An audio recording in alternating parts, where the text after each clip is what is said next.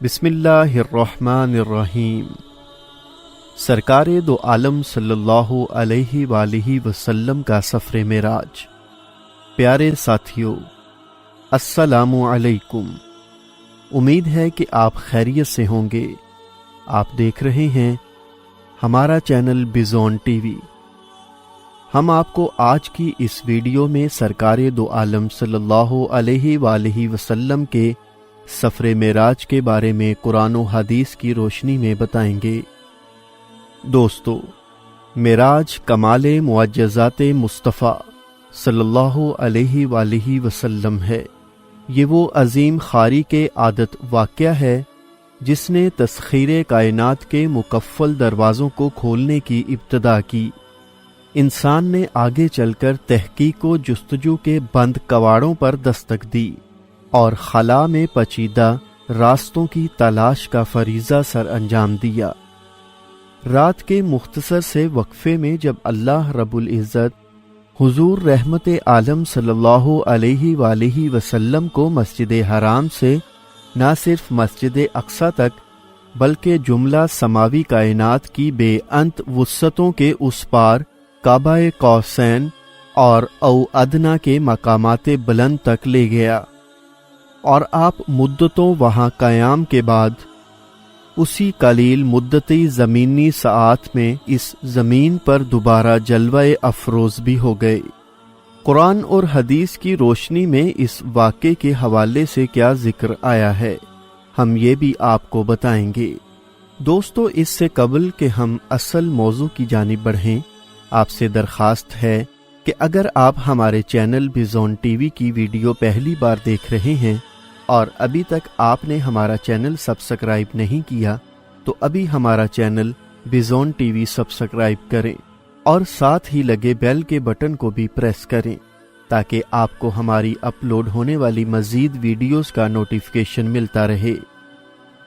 دوستو، قرآن کریم میں سورہ بنی اسرائیل کی پہلی آیت میں ارشاد خداوندی ہے کہ وہ ذات پاک ہے جو ایک رات میں اپنے بندے کو مسجد حرام یعنی خانہ کعبہ سے مسجد اقصی یعنی بیت المقدس تک، جس کے گردا گرد ہم نے برکتیں رکھی ہیں، لے گیا تاکہ ہم اسے اپنی قدرت کی نشانیاں دکھائیں۔ بے شک وہ سننے والا اور دیکھنے والا ہے۔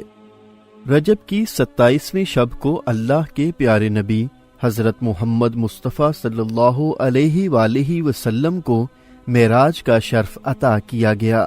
اگرچہ اس واقعے کے زمان کے بارے میں کئی روایات موجود ہیں، لیکن محققین کی تحقیق کے مطابق یہ واقعہ ہجرت سے 3 سال قبل پیش آیا۔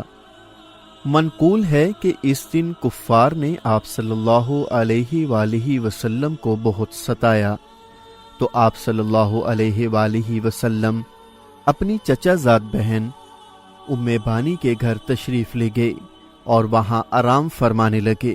ادھر اللہ کے حکم سے حضرت جبرائیل علیہ السلام 50,000 فرشتوں کی بارات اور براق لے کر نبی آخر الزماں صلی اللہ علیہ وآلہ وسلم کی خدمت میں حاضر ہوئے اور عرض کیا، اے اللہ کے رسول، آپ کا رب آپ سے ملاقات چاہتا ہے۔ چنانچہ سوئے عرش سفر کی تیاریاں ہونے لگیں۔ سفر معراج کا سلسلہ شروع ہونے والا تھا۔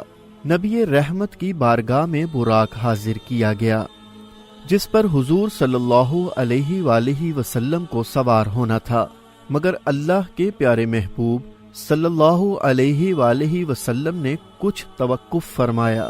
جبرائیل امین نے اس پس و پیش کی وجہ دریافت کی تو آپ نے ارشاد فرمایا، مجھ پر تو اللہ رب العزت کی اس قدر نوازشات ہیں، مگر روز قیامت میری امت کا کیا ہوگا؟ میری امت پل صراط سے کیسے گزرے گی؟ اسی وقت اللہ تعالیٰ کی طرف سے بشارت دی گئی، اے محبوب، آپ امت کی فکر نہ کیجیے، ہم آپ کی امت کو پل صراط سے اس طرح گزار دیں گے کہ اسے خبر بھی نہیں ہوگی۔ اس واضح بشارت کے بعد سرکار دو عالم صلی اللہ علیہ وآلہ وسلم براق پر سوار ہو گئے۔ جبرائیل امین نے رکاب تھامی، میکائیل نے لگام پکڑی، اسرافیل نے زین سنبھال لی، جس کے ساتھ ہی 50,000 فرشتوں کے سلام کی صدا سے آسمان گونج اٹھے۔ حدیث میں آتا ہے براق کی تیز رفتاری کا یہ عالم تھا کہ جہاں تک نظر کی حد تھی وہاں وہ قدم رکھتا تھا۔ براق کا سفر اس قدر تیزی کے ساتھ ہوا جس تک انسان کی عقل پہنچ ہی نہیں سکتی۔ ایسا لگتا تھا کہ ہر طرف موسم بہار آ گیا ہے، چاروں طرف نور ہی نور پھیلتا چلا گیا۔ اس سفر کے دوران آپ صلی اللہ علیہ وآلہ وسلم مکہ سے مسجد اقصی گئے اور وہاں تمام انبیاء کرام کی نماز کی امامت فرمائی۔ پھر آپ صلی اللہ علیہ وآلہ وسلم آسمانوں میں اللہ تعالیٰ سے ملاقات کرنے کے لیے تشریف لے گئے۔ وہاں اللہ تعالیٰ نے آپ صلی اللہ علیہ وآلہ وسلم کو جنت اور دوزخ دکھائی۔ وہاں آپ کی ملاقات مختلف انبیاء کرام سے بھی ہوئی۔ اسی سفر میں نماز بھی فرض ہوئی۔